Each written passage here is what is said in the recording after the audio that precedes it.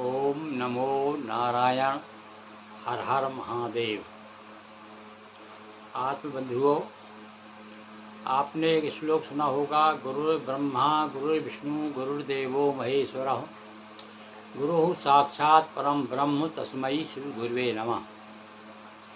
हिंदी में मैंने इसे इस प्रकार से तैयार किया है, आप चाहे तो नोट कर लें और याद कर लें इसको अर्थ। इसका अर्थ क्या है कि गुरु ब्रह्मा गुरु विष्णु हैं, गुरु महेश का रूप, ऐसे गुरु को नमन है जो है ब्रह्म स्वरूप। आप समझ गए होंगे कि गुरु की महिमा क्या है। बचपन में हमारे गांव के लोग, मैं आप बता दूं पहले स्थिति, मेरे गांव की स्थिति बताऊंगा, उससे आप समझ जाएंगे कि होशंगाबाद ज़िले में गोस्वामियों की क्या स्थिति है। वो मुझे जब मैं 8वीं 9वीं में पढ़ता था तो गांव के कुछ लोग जो हैं मुझे गुरु कह करके पुकारते थे। और क्या कहते हैं? गुरु नारायण। राम राम नहीं करते थे हम लोगों को। हम लोगों से, गोस्वामियों से, सब लोगों, सभी जाति के लोग, ब्राह्मण भी कहते गुरु नारायण। यदि उनको कोई काम हो, ब्राह्मण को कोई काम हो अपन से, तो कहेंगे गुरु नारायण क्या हो रहा है। अब जो ये बात जब धीरे धीरे पढ़ने में मेरे समझ में आई कि हम नारायण स्वरूप हैं, गुरु नारायण कहते हैं, यानी परस्पर समाज में तो ओम नमो नारायण की है, नारायण आपको नमस्कार है, और अन्य जाति के लोग आपको नमस्कार नहीं करते, केवल नारायण कहते, केवल आप नारायण हैं। अब नारायण जरूर है। जब समाज में हम चर्चा करते तो कहते हैं भैया हम तो ब्राह्मणों के गुरु हैं। ठीक है भाई, ब्राह्मणों के गुरु हो आप। फिर मैंने आज तक किसी ब्राह्मण को ये कहते नहीं, जब हम किसी ब्राह्मण के प्रणाम करते थे तो किसी ब्राह्मण ने नहीं कहा कि अरे आप तो हमारे गुरु हो, आप प्रणाम क्यों कर रहे हैं। कहने का अर्थ है कि ब्राह्मण तो चाहते हैं हमारे, कम से कम गांव की बात कर रहा हूँ तो समझ लीजिए मध्य प्रदेश की, हमारे ज़िले की क्या स्थिति, होशंगाबाद।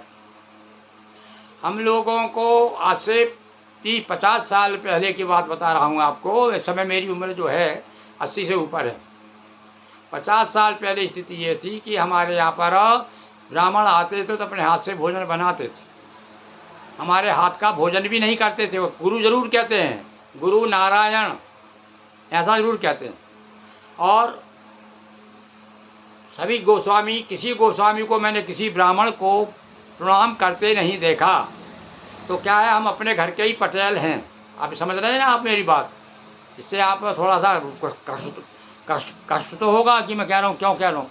अब जब मैंने अध्ययन किया, अपनी समाज का इतिहास देखा, तो पता चला कि अरे यार हम भी तो ब्राह्मण ही हैं। तो अन्य ब्राह्मण तो हमको गुरु जरूर कहते हैं, पर गुरु मानते नहीं हैं हम, और पैर छुआते हैं। हम लोग चरण धो करके, मैंने एक गोस्वामी को देखा कि ब्राह्मण की चरण धो करके पी रहा है। तो भैया कैसे गुरु यार तुम।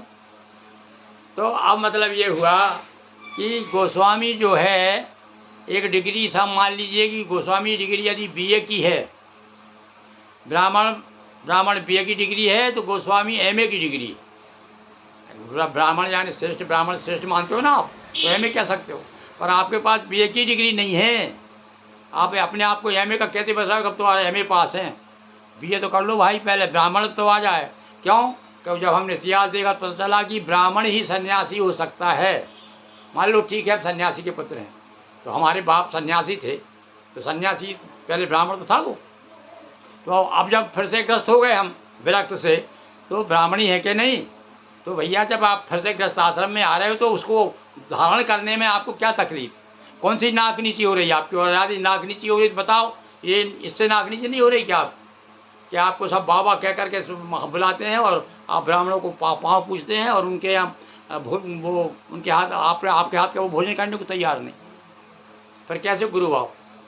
तो आप बताइए, उन ब्राह्मणों को बताइए कि भैया हम ही ब्राह्मण हैं यार, हम भी तो, हमारे बाप दादे ब्राह्मण थे, और आप गोस्वामी ब्राह्मण कहिए आप अपने आप। तो आप गुरु तो जरूर हो। अब गुरु भी 2 प्रकार के होते हैं भाई, एक दीक्षा गुरु, एक शिक्षा गुरु। वंदे कृष्णम जगत गुरुम, कृष्ण भी जगत गुरु है। ये कैसे जगत गुरु हो गए कृष्ण? तो अभी ऐसा कह दूँ कैसे हो गए, तो सारे कृष्ण के अनुयायी हैं वो सब नाराज हो जाएंगे मुझसे। अरे भाई, उन्होंने गीता का गान गाया, गीता की शिक्षा दी, इसलिए वो दीक्षा गुरु नहीं है, वो शिक्षा गुरु है। और गोस्वामी के जो इष्टदेव हैं भगवान शिव, ये जो हैं दीक्षा गुरु हैं। देख लो आप, शिव पुराण को देख लो, और अन्य पुराणों को देख लो, भगवान विष्णु को स्वयं भगवान शिव ने मंत्र दिया है, गुरु मंत्र दिया है। तो जो गुरु मंत्र देता है वही तो दीक्षा गुरु हुआ ना, और हम उनके अनुयायी हैं। तो इसलिए ये ज़रूर है कि हम लोगों कि बहुत सारे लोग जो है ब्राह्मण को छोड़ करके हमारे इधर क्षेत्र में अन्य समाज के लोग जो है दीक्षा लेते हैं, और गुरुवाई परंपरा है। इक्के दुक्के कोई ब्राह्मण जो है चपेट में आ जाते हैं तो वो भी बेचारे दीक्षा ले लेते हैं। पर अब धीरे धीरे भैया आंखें खुल रही है गोस्वामियों की, अब वो स्थिति नहीं रही। अभी देखो बड़े बड़े ग्रंथ लिखे हैं हमारे दिल्ली के गिरिवर गिरी गोस्वामी ने, डंका पूरे देश भर में डंका बजा दिया है गोस्वामियों का। जानकारी, पूरी जानकारी दी है उन्होंने, बता ये संन्यास से संबंधित है, अखाड़ाओं से संबंधित है, और कितने हमारे मठ हैं और कितने मणि है, कितने गोत्र हैं, और वो ऐसे ऐसे लोग हैं हम।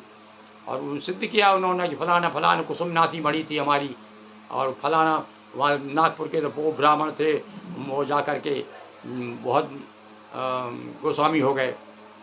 गोस्वामी तो ब्राह्मण के गोस्वामी होते हैं। अब अभी अभी एक गोस्वामी दशनाम गोस्वामी समाज नाम का ये महाग्रंथ प्राप्त हुआ है। वो भी लोगों की नज़रों में आ रहा है भाई। उसमें भी उन्होंने सिद्ध किया, स्पष्ट सिद्ध किया है कि किस प्रकार से हम लोग ब्राह्मणों से अलग नहीं हैं। आप पूरा पढ़ेंगे उसको तब सुन। अभी तो मैंने सरसरी तौर से देखा है उसे।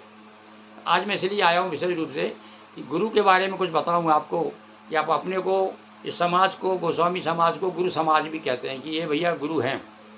तो गुरु के बारे में थोड़ा महिमा, गुरु की महिमा का गान मैं करता हूँ।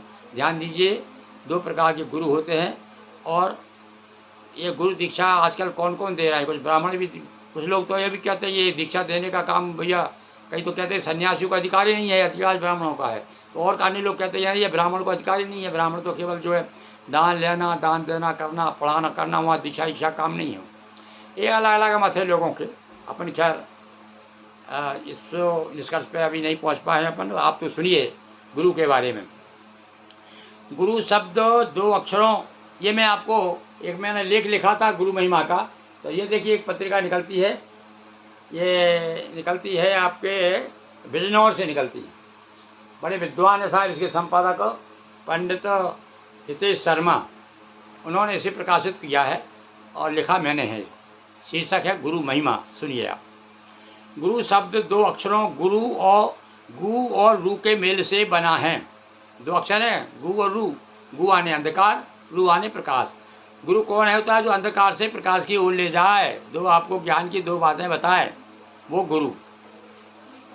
जिसका अर्थ विद्वानों ने यही बताया है, अज्ञान तिमिर का विनाश कर ज्ञान का प्रकाश कराए वह गुरु। कवि के शब्दों में जो तिमिर में ज्ञान का आलोक दिखलाता रहा है, ध्यान दीजिए शब्दों पे, जो तिमिर में ज्ञान का आलोक दिखलाता रहा है और मृत्यु से अमृत्व का सदमार्ग सिखलाता रहा है, वह असत से सत्य की ही ओर ले जाता रहा है, वह मनुष्य आचार्य गुरु होकर हमें भाता रहा है। ऐसे ही गुण हैं तो हमारे लिए गुरु है। तो जो हमें देवत्व के दर्शन कराता वह गुरु है। गुरु कौन होता है? ईश्वर से मिलाने वाला। तो जो हमें देवत्व के दर्शन कराता वह गुरु है। जो हमें मानव बना जीना सिखाता वह गुरु है। जो हमारी जिंदगी को मोड़ता है ज्ञान बल से और मरु हृदय में ज्ञान की गंगा बहाता वह गुरु है। तो ऐसे गुरु हैं भाई। ये समाज कोई ऐसा वैसा नहीं, आप बिल्कुल हल्के में मत लेना है भाई गोस्वामी समाज को। अन्य लोगों से भी हमारा कहना है, तो हमसे बात करते हैं तो हम उनको समझाते हैं।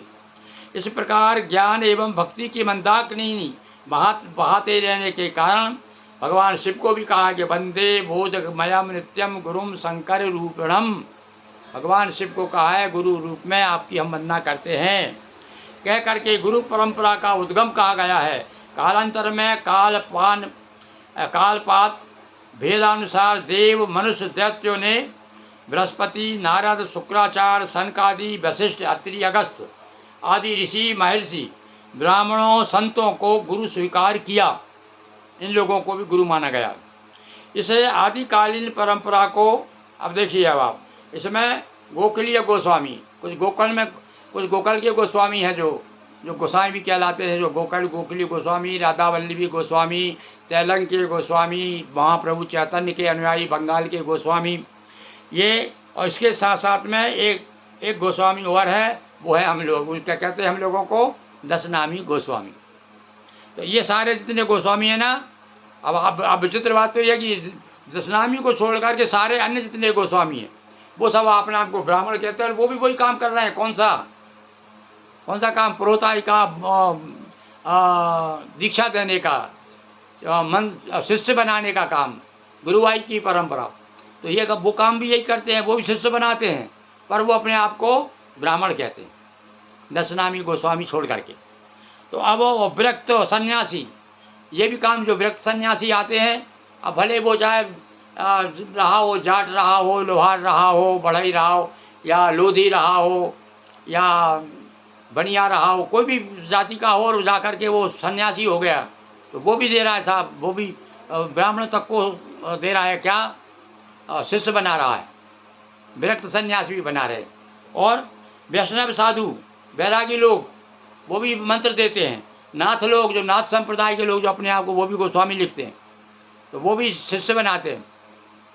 और ब्राह्मण वर्ग गुरु धर्म का निर्वाह करते हुए आज भी गुरु पद के अधिकारी हैं, अपनी गुरुता ब्राह्मणत्व को अक्षुण्ण बनाए हुए हैं। गुरु के लिए आचार्य, उपाध्याय आदि शब्दों का प्रयोग, कुछ गुरुओं को उपाध्याय भी कहते हैं, आचार्य भी कहते हैं। तो इसमें मैंने बताया उसकी गरिमा, उच्चता, श्रेष्ठत्व, महत्ता का द्योतक है। गुरु केवल शास्त्रों का ज्ञाता नहीं, अपितु वह ब्रह्म अनुभूति संपन्न होता है। गुरु द्वारा शिक्षा दीक्षा प्राप्त कर जनमानस अध्यात्म का आलोक पाकर स्वयं को धन मानता रहा है। अब परिस्थिति के अनुसार, काल परिस्थिति के अनुसार गुरुओं में दो भेद दिखाई देते हैं। अब एक ग्रंथ है, उस ग्रंथ का नाम है पिछला तंत्र। उसमें लिखा है, गुरस्तु द्विविधा प्रोक्तो दीक्षा शिक्षा प्रयेदता आदौ दीक्षा गुरु प्रोक्ता शेषे शिक्षा गुरुर्मता। गुरु के बिना गति नहीं, यानी गुरु दो प्रकार के होते हैं। पिछला तंत्र नाम का ग्रंथ जो है उसमें दो प्रकार के गुरु बताए, एक तो शिक्षा गुरु और एक दीक्षा गुरु। तो शिक्षा गुरु भगवान श्री कृष्ण और दीक्षा गुरु भगवान शिव, जो भगवान विष्णु ब्रह्मा तक को उन्होंने गुरु मंत्र दिया। गुरु के बिना गति नहीं। गोस्वामी जी ने भी खुद लिखा है, तुलसीदास जी ने, कि गुरु बिन भाव निधि तरह न कोई, कहकर के गुरु की महिमा सिद्ध कर दी है। उक्त वर्णन से गुरु भेद में दीक्षा देने वाले गुरु का महत्व अधिक बताया है। दीक्षा के विषय में ब्रह्मांड पुराण कहता है। सुनिए, इस पुराण के बारे में मैंने अभी वीडियो बनाया है। इसके पहले पुराण परिचय श्रृंखला में ब्रह्मांड पुराण का परिचय दिया है। तो ब्रह्मांड पुराण कहता है, दीयते दिव्यम सद्भावम क्षीयते कर्म वासना अतौ दीक्षेति संप्रोक्ता मुनिभिः तत्वदर्शिभी। इस भाव की परिपुष्टि भगवान यामल तंत्र में कहते हुए वह कहता है, यामल तंत्र, दिव्य ज्ञानम यतो दद्यात् कुर्यात् पाप संयता तेन दीक्षेत लोके अस्मन् कीर्तिता तत्र पार्गे। अर्थात अलौकिक ज्ञान की उपलब्धि, जन्म जन्मांतरों के पापों का क्षय के उद्देश्य से ग्रहण किया हुआ किसी देवता का मंत्र दीक्षा कहलाता है। अब दीक्षा किसे कहते हैं ये हमने बताया। दीक्षा का महत्व प्रतिपादित करते हुए ज्योतिष सार में उल्लेख मिलता है कि जब पूजादि कार्य दीक्षा युक्त मनुष्य को करना चाहिए। बिना दीक्षा लिए कर्म निष्फल हो जाते हैं। यहाँ तक कहा गया है कि बिना मंत्र लिए हुए, बिना दीक्षित हुए यदि आप पूजा पाठ करते हैं तो वैसे ही है जैसे आप पत्थर में बाण मार रहे हो। तो पत्थर का बाण ही, पत्थर को कुछ नहीं बिगड़ेगा, पत्थर को आपका बाण के नोक है वो बोतली हो जाएगी। कहने का अर्थ है कि वो निष्फल हो जाता है। तो आज हमने आपको बताया शिक्षा गुरु, दीक्षा गुरु के बारे में, और थोड़ा सा हमने अपना दर्द भी आपके सामने शामिल किया है कि हम गोस्वामियों की आज से 50 साल पहले की स्थिति थी, क्योंकि हम अपने इतिहास को भूले हुए हैं। साथ साथ में हमारे पास, मैं तो ये कहता हूँ भाई, क्या कहता हूँ मैं, हम तो भैया ब्राह्मण तो है ही, पर हम गुरु भी हैं, सन्यासी भी हैं। हमारे पास में शंकराचार्य के द्वारा उनसे दीक्षित होने के कारण हमारे पास में गुरु पद है। तो हम तो दो गुरु पद होने के कारण अन्य ब्राह्मणों से गोस्वामी लोग कभी मंत्र दीक्षा नहीं लेते। क्यों नहीं लेते? कि सन्यास पद जो है ब्राह्मणों से श्रेष्ठ माना जाता है, इसलिए।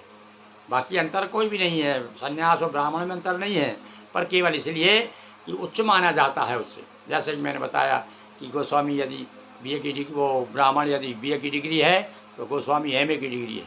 तो पर भैया एमए की डिग्री के लिए पहले बीए की डिग्री प्राप्त करो, यानी ब्राह्मणत्व लाओ अपने अंदर, ब्राह्मण, फिर कहो कि हम गोस्वामी हैं और ब्राह्मण हैं, तो फिर आपको सम्मान समाज वाले देंगे, उनको हाथ जोड़ कर देना पड़ेगा। पर अब करना धरना कुछ नहीं, और हम कहते हैं हम तो उनके बाप हैं, जैसा कि कहते हैं कि वो एक सज्जन कहने लगे कि पत्नी से कि रे सुन रही तू, मुझसे कल से पटेल कहा कर मुझसे तू, हम कैसे पटेल हैं।